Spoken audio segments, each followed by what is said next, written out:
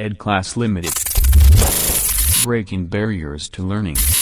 Hello and welcome to EDClass's first podcast of 2023. Thank you for listening. During these podcasts, we will discuss several topics within the education sector. Now, this could include supporting students online, upcoming exams, the role of an alternative provision, what makes one an effective one, and much more. So our expert qualified teaching team will provide their experiences and their perspectives on current issues within the sector, and we'll hopefully have other speakers and experts within the industry in the coming year to discuss certain topics. So let's get into it. Let's first start off with who is attending the podcast today, who they are, what they do. So just to start off with me, I'm Tom Davis. I'm the editor and also marketer here at EDClass. And Andre, let's go to you first. I am the science teacher at EDClass. I have been here 3 and a bit years now, and have developed most of the science curriculum, not all of it, and I deliver the curriculum in live lessons and support students. Good stuff. Thank you, Andre. Steph, let's go to you next. I was going to say, you didn't talk about your background or anything. No. You just A bit more about the background, there's actually. more to it than that. Well, I've been teaching for, 20 years. Yeah, seems like forever. I've been teaching for 20 years. Prior to that, I worked in the local authority where I taught sports, particularly wet sports. And then I moved into academic teaching because I just felt I had a flair for teaching people to do things that they didn't want to do. Yeah, and do you prefer it now or back then? I don't know. There's arguments both ways, really. I think teaching children is better than teaching children and adults and coping with all of the other things you meet in local authorities that you don't necessarily meet in a school. Mm-hmm. Okay, fair enough. Steph, do you want to go next? Yeah. So I qualified in 2017 from Sheffield Hallam University, and I did the undergraduate route into teaching. So that meant that I qualified within 3 years. And I've taught in a couple of schools since then. And I've been here at EDClass almost a year now. And I'm a maths teacher, if I didn't already say that. I think I did when I said I don't know. But yeah, I don't really know what else to say. So we both went to Hallam, so yeah, Hallam United. Yeah. Great university. David, what about yourself? Yeah, my name's David Hickey. I've been in education for over 20 years now. I've been in senior leaderships since 2010, but I've stepped out of primary education now. Delighted to be here at EDClass, working as an online teacher with, primary specialist skills and, having the opportunity to work with children at secondary age level, but also we're seeing, a growing number of primary children coming on board with the platform, and just looking forward to, applying my skills and knowledge of primary here at EDClass. And how different is it, working online compared to going in schools, you feel? Obviously, it's very different, but it's the variety. It's seeing, for me, I know it's, the different ages, but it's the huge variety. And I suppose it's looking at children from all across the country. I've been very much kind of worked with children in Derbyshire and South Yorkshire, but now it's having the opportunity of working with children from, different local authorities. And so it's, that's the big change. And I suppose it's the accents that you might hear that are different. And but yeah. Yeah, fantastic. So thank you all for being here, taking your time out to kick off the podcast. So the first main topics of discussion is going to be concerning EdTech and online learning and how an online alternative provision can benefit schools and students. So firstly, Andre, let's go to you first. Could you say to our listeners what EdClass is, what it does, and the type of students it helps support? EdClass is an online platform where students work on pre-prepared lessons at their own pace. However, they are supported by qualified teachers and they are observed continuously from a safeguarding perspective, so that although the students are working out of school, they are effectively safeguarded while they're on our platform. We also provide live revision sessions for year 11 at the moment in preparation for exams, which will undoubtedly expand in the future. down the age group. We initially were focused on secondary, but we have recently branched into increasingly large numbers of primary school students as the need became apparent for our kind of provision with primary students. Basically, we can provide a supported learning environment where students that cannot, for a wide range of reasons, be in a school can safely and securely participate in education. Yeah, I think that's pretty much something put Yeah. well done. Yeah, no, the safeguarding element is what we focus on mainly here, isn't Yeah. it? So I think what we're going to be discussing over as well is the education sector and all your experiences, especially after the pandemic, etc. So it's like that. So Steph, let's go to you first. What would you say have been probably the main issues within the sector over the past year or so, and then what positives have you seen of online learning, interacting from students online? So I'd say, especially like since the pandemic, there's been a massive increase in students that are struggling to attend school on site, whether that be for anxiety. Well, actually, majority of the students we get now are students that are struggling with anxiety, whether that be health anxiety, social anxiety. And I think it all stems down to the kind of uncertainty around the time that we had. And obviously the positives with the online learning is that we can still educate those students. They're still learning, and they're also still able to work on their social and communication skills, because we have those chats with the learners, we build up a relationship with them, and even some students that when they first come on the platform, they don't really want to reply, do they? They're a bit scared. I mean, you've got a story about a student that was hiding under a table, and then eventually Yes. you managed to get them on video chat. Yeah, we did have a young lady who did not want to be seen, so she would sit under the table with a sheet over the table, and would still participate in lessons and interact with us through text chat as normal. And the sort of competition every day was what colour would the sheet be, because she was sat there in a different coloured background every day.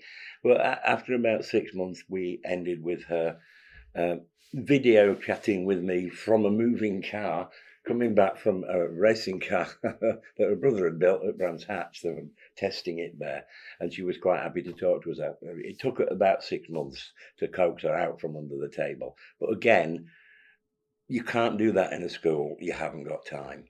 We could spend the time we needed with her and gradually get her out, and she's now back in school. Yeah, which is absolutely fantastic, isn't it? Like, Yeah. that's our main goal, is to, Yeah. to successfully reintegrate, isn't it? It is.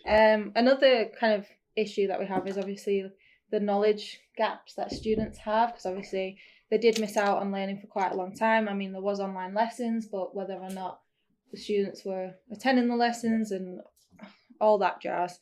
But I know that EDClass can also be used in a situation where we've got students that are actually full-time in school and they log on outside of the school hours just for like extra revision, catch-up work and things like that. So we cover the full curriculum, so we are able to be used as kind of a revision resource as well, and catch-up resource. Yeah, so the hybrid model is really working quite well for a lot of our users, isn't it? Yeah. So, David, from your experience at EdClass, what have you found to be driving factors as students who could use an online alternative provision? How beneficial could it be? Yeah, and just to echo what Andre and Steph just said there, I mean, I talked about anxiety and talking about examples of children. Now, I've only been here a couple of months, but just to, I've seen an awful lot, in that time. But for me, from looking at my experience, I'd be, what's key for me, and thinking of, if I'd have known about EdClass before in my, previous roles, but the environment has got to be, key. It's the school environment, and it's thinking about, which we talked about, the anxiety, the school refusals. But we know for some children that schools don't suit for them at that time, and the whole point really is which EdClass strives to do all of the time, is that it's looking at reintegration all of the time.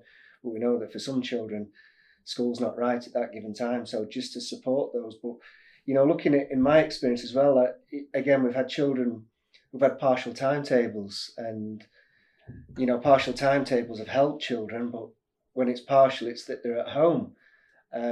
But the message that you often want to say to the children is that school is better than home, and that's the whole key for reintegration, and that what you want the children to have is to be back in school and to be back working. But partial timetables is something that works that can be really effective at EDClass, because we've seen lots of children that are also in school, but then they're spending some time at home and they're using EDClass at home. So from my experience, to have had that opportunity would have been really helpful. But we also know that there are children out there where there are fixed term exclusions, or those that unfortunately where there are permanent exclusions, and it's then schools knowing that there's somewhere safe for them to be while due process is taken, and that's why EDClass is it's safeguarding that those children are checked. And I would say that schools would want to have some assurance that when that child is not with them, what's happening for them? Are they actually in the provision? But at EDClass, you see that they're there, that they can be on camera, they can be seen. But also for children as well, in my experience, those who've suffered trauma, if it's bereavement and loss, and again, school's not the right place for them to be, but perhaps having that respite and that place to be and to be safe and stay is for me. But as going back to that message, the ultimate thing is that it's for reintegration, and that's something that that I've seen from my experience that EDClass is providing for these children.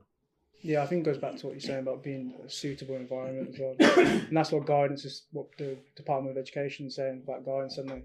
Yeah. So I know we've seen online learning become really popular now over the past few years. Andre, what would you say about how important it is to keep students safeguarded when they're learning remotely? Well, it's the it's the most important factor, particularly as far as school is concerned. There are other online learning solutions, but they do not provide the level of safeguarding that we provide. It is important, it's essential that the school know that their students are safe while they're at home. Some, unfortunately, are not in homes where that can be guaranteed, but the knowledge that they are being observed, not spied on, but we can observe them. We have visual contact. We can see that it is the student, and the school are then secure in the knowledge that we are safeguarding their students. They are fine. We know they're there. If there is any issue or problem, the school are notified immediately, so they can immediately check up on it to make sure everything is okay. If we have connection, if there's a connection difficulty, or for some reason a video feed disappears, the school can be informed of that virtually immediately. And that from a school perspective, that would make me feel very safe using the platform, knowing that effectively it's as good as having them in school. From that perspective, that they're safe, because and registrations are built into the system, so the school at any time online, the attendance officer, AP officer, whoever, can just check that those children are where they should be, because they've registered as online with us, and they know that registration is robust, because there will be a teacher checking in and greeting those students when they come on in the morning.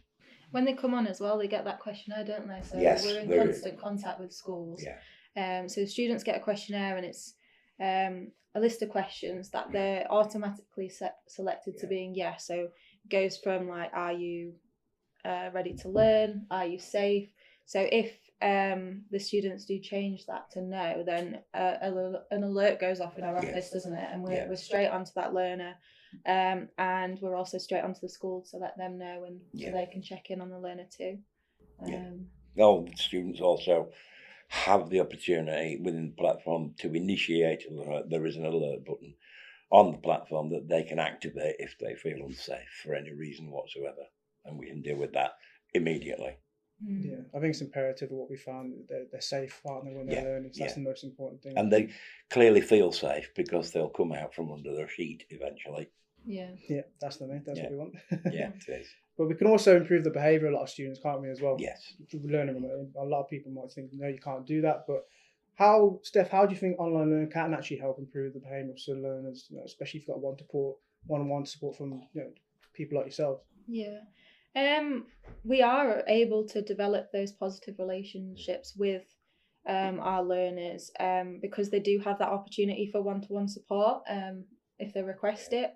And I mean, sometimes it does take time, but every day is a new day. Like, we don't hold grudges, and we greet the learners the same way every single day. So, I mean, they might not reply for I don't know, a week or even a month.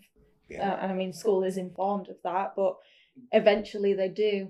Yeah, And that is logged as a little win, and the school can track that as well. So it's not just about I mean, obviously the main goal is reintegration, but there are like the little wins are tracked as well, and the learners are praised for that, and they do really appreciate it. I mean, we've had some really good feedback We've had from some of the some students. very good successes with individual students who would not interact with people in a school environment, who would struggle to have positive interactions, and yet, because it's a less threatening environment if it's online, I think, and they've got an adult who is there every day and they can chat to, and they build that relationship. It's the consistency, isn't it? it? Yeah, it is. It's a consistent relationship with an adult who is sufficiently distant for them to feel safe, I think. Yeah. They're not there in the room with them. They're sufficient distance, but they're always there, and they can know they will be there every day. And we also have some lessons on kind of behavioural work as well, don't we? Behavioural lessons as well. Kind of puts the students in the shoes of those in that environment. So yeah. David, what would you say from your perspective, being head teacher and comparing mainstream setting and online learning, improving behaviour? How can it really improve? I think for me, the behaviour, I think here at EDClass, what you have with the staff, it's and what children want is people to be bothered. I might call it botheredness, and and that's what we have here, and to show that interest, because it's just, as we say in those chats and responses, it's getting to know the children, and sometimes that's something that we have to really do quite quickly. Get to know something about them, get to know something that they're interested in, and I think for the children is that when they come back on again, you remember that you ask them about something that you may have talked about the day before, the day previously, and that for me is something that will only go and enhance and improve behaviour on the platform, because that's what teachers do day in, day out in the classroom, showing an interest in the children, and that's a big part of it, and that's their voice as well, that they want to be heard, and that the power of just the staff here at EDClass and teachers showing that empathy, showing that that you understand because of the things that that we see and we hear from them. Yeah, I think it's what we call a pastoral wraparound approach, isn't it? Properly caring for them, and then their behaviour is going to improve. So let's move on to probably a bit of a touchy subject at the moment: teacher strikes. They're coming up across the UK around February up to April time. Andre, how do you feel online learning could be beneficial during these times upcoming? Well, it's a bit like the pandemic, when we had the issue of lots of schools using online provision and online teaching, but it wasn't exactly a spectacular success, should we say. It wasn't safeguarded or anything along those lines. We are in a position during teacher strikes to offer basically a very short period. We do have students that aren't on for very long. We have students with who've had a medical issue that they are waiting. They're basically at home recuperating, and they'll maybe be on for 2 weeks, and that's it. And I'm sure we could do something where head teachers finding themselves in that situation, it would literally only take a couple of hours to set up, and they could put half a school on with just for 2 days on EDClass with core curriculum, and that they would be safe in the knowledge that their students were getting some education, even if they were on half a day each, to split it up sort of thing, and they were safeguarded while they were there. So it could lessen the impact of the strikes on the students' continuing education.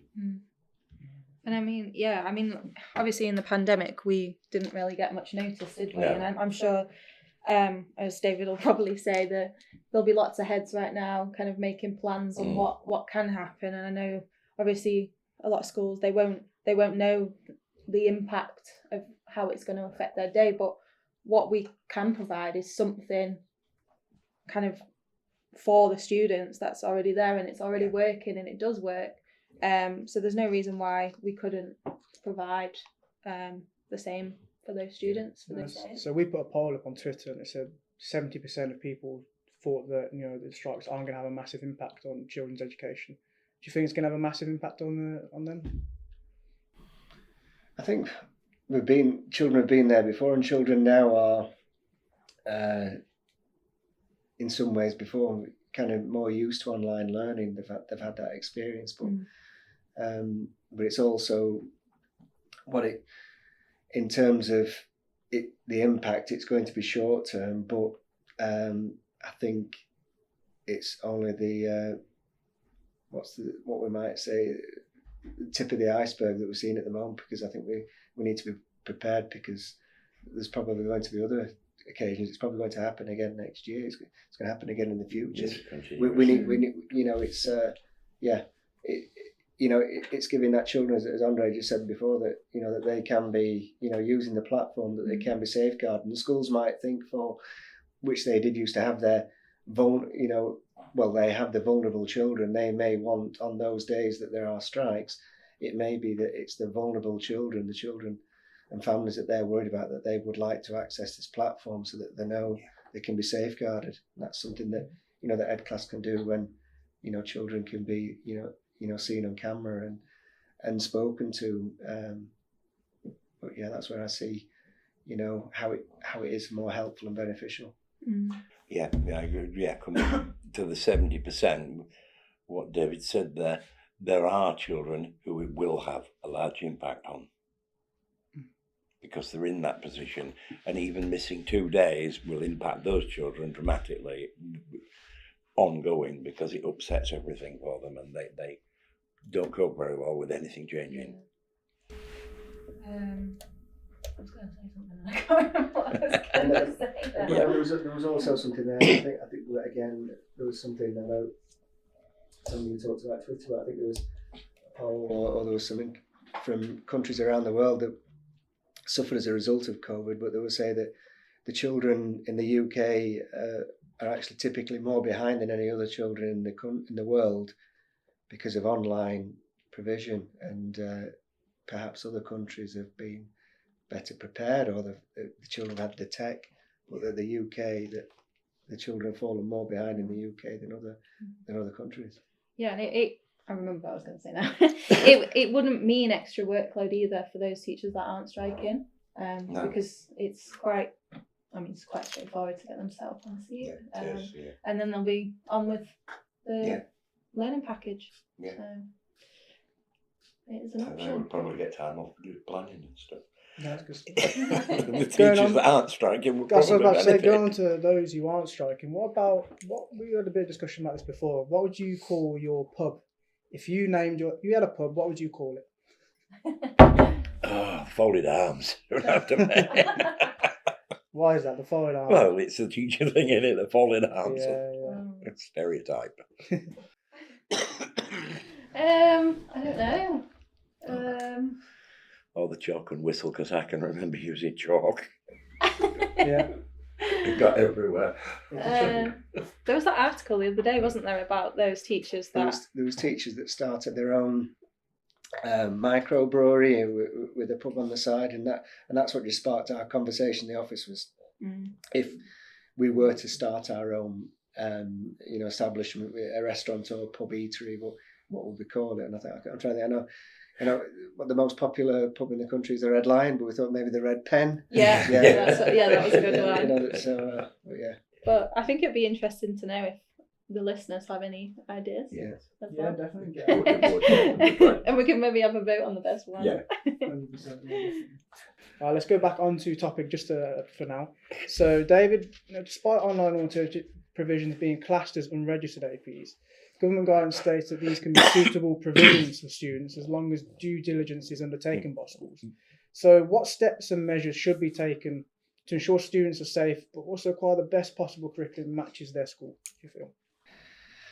I think in terms of due diligence for schools, it's thinking of, it goes back to, for me, like systems, but thinking of policies and procedures and what's really important. And know we were thinking of those children that are not in school, that sometimes it can be, and it may be that kind of view in school where they're not out of sight, is it out of mind? But it can't really be like that. It's got to really be if they're not in school, and if they are on a platform, or they may be carrying out some independent learning. But it's the welfare visits and those checks are crucial, because the whole point of going back to this is that it's for reintegration and for the children to return to school or to return to education.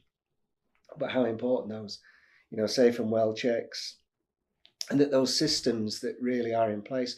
And just for schools as well, it's, with behaviour policies, which in schools at the moment they're changing all of the time, adapting to need. But where is it that, this comes in, where a child does need to, access a platform or, alternative provision.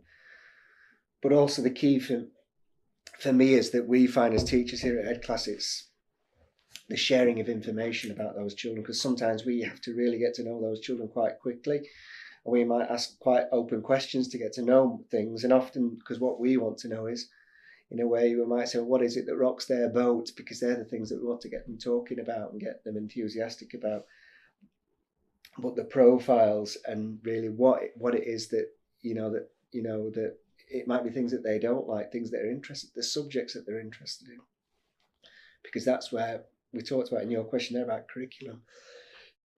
Excuse me, that's where we can map and also to have the level of work, that's put to them and that they can apply, just so that they can enjoy and access that material. But it comes back to the whole point of it, that we don't want those children to be on the platform forever. It's about reintegration. And that what we will often say to the children at EdClass is, school is better than home. Yeah, it's great. Some children often say, I want to go back to school, and that's what we're working towards.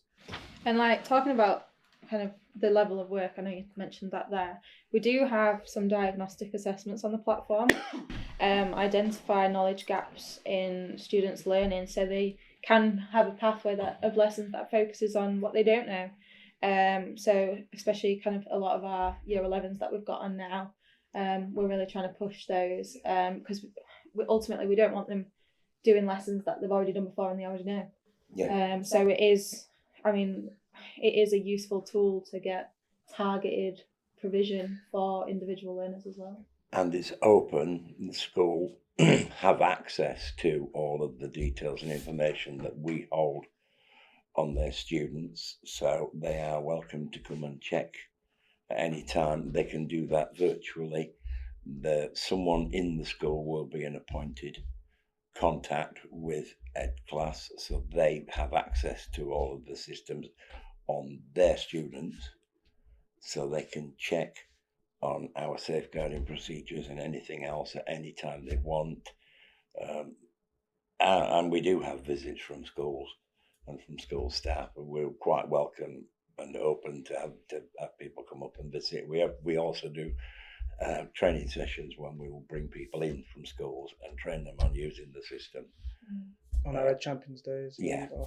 So that is there as well, as part of the due diligence procedure, so that people from the schools are actually involved in using the platform and putting the students on, and they know where they're placing those students and how we deal with them and how we look after them, basically. And as we say, I know we're all here at EdClass, and we're all teachers. We've all been there. We've all been in the classroom. We know how hard it is for the teachers, but it's that working in partnership together, to support that successful reintegration. And there's been so many, which we've seen recently, kind of testimonials and great success stories, and that's what we strive for here. We want, it's about changing children's lives, and we know they say, changing them for the better and giving them those opportunities and chances to succeed, and even though yes, we're not in schools, but we're very much a partnership, and that's why it's school have the ultimate responsibility, but that's what we're here to support them, in that and getting the very best outcomes for children. Yeah, I think it goes back to what you were saying, bringing, improving their lives, and changing their outlook on their education and everything like that. So definitely, but just going back to about supporting students though, Steph, how do you feel online learning can help those with SEND, especially with educational needs? Do you feel? I mean, we strive to meet every single learner's individual needs. It is kind of, I know you mentioned it before, it is really important that the schools do let us know as much information as they can about the learner. I know that some schools can be a little bit kind of concerned about sharing so much information, but it does help us meet the needs of those students. So for example, if we're told that a learner has sight issues, for example, we can then straight away say, tell them about how they can change the font size, how they can change the font colour, the background colour, and things like that. All down to kind of students that maybe need more breaks. So it might be that we look more into their timetable and think, actually, could we work that better? But unfortunately, if kind of information isn't shared with us as much as possible, then it does take a while to get there with the student, and it does kind of it does kind of not prevent the relationship happening, because it does happen, but it kind of slows it down, doesn't it? And I think if they let us know kind of straight away everything that they can, and I know that people are busy, but there is a central record at school with all this information. Yes, so it would really, really help, and it would help us kind of meet their individual needs more because quickly. we are very flexible. Yeah, definitely. That is the key issue. We can treat each student as an individual, and we can be flexible. Yeah, being flexible to ensure you meet their needs. Yeah. And I think what the children that are in EDClass, and then what they see is that they know that the staff here is that, because we know that there's a reason why they're with us. If it's trauma, if it's SEN, but that we don't, that we don't make judgments, and that it's and that's what we're really seeing with them. There's more, should we say, here at EDClass. I know there's more kind of work for us to do in terms of supporting that trauma and that emotional need, but that we're giving them that safe space, without making that judgment, and that's what it is. It's a safe space for them, and when they first come on, it can be hard, and you can imagine for a lot of these children that we're seeing, it's anxiety, and imagine if something traumatic's happened or something that, but then they're having to go out and they're looking at this laptop, and that's what we're here to, and that's a sense of achievement for a lot of them. And we talk about them when we record for all children how well they do. We talk about little wins, and for some children it's just simply saying hello in the chat, because that's that we're told often by schools that you'll not hear anything from this child, but there's been moments where all of a sudden, they're talking, and we're getting to know more about them, and get that success. Yeah, bring them out of their shell, really. Yeah, that's good. So just finally, what would your most important piece of advice be to a school searching for a solution for their students, who may be struggling or you think would benefit from online learning? So if we go Andre first, what would you say? Ring EDClass. Definitely. No, I'm serious. The CEO and the management are all teachers, or have been teachers at some point in their careers, and have been in an educational environment, and the whole thing is geared to, initially that's how it started, to the students with the greatest need.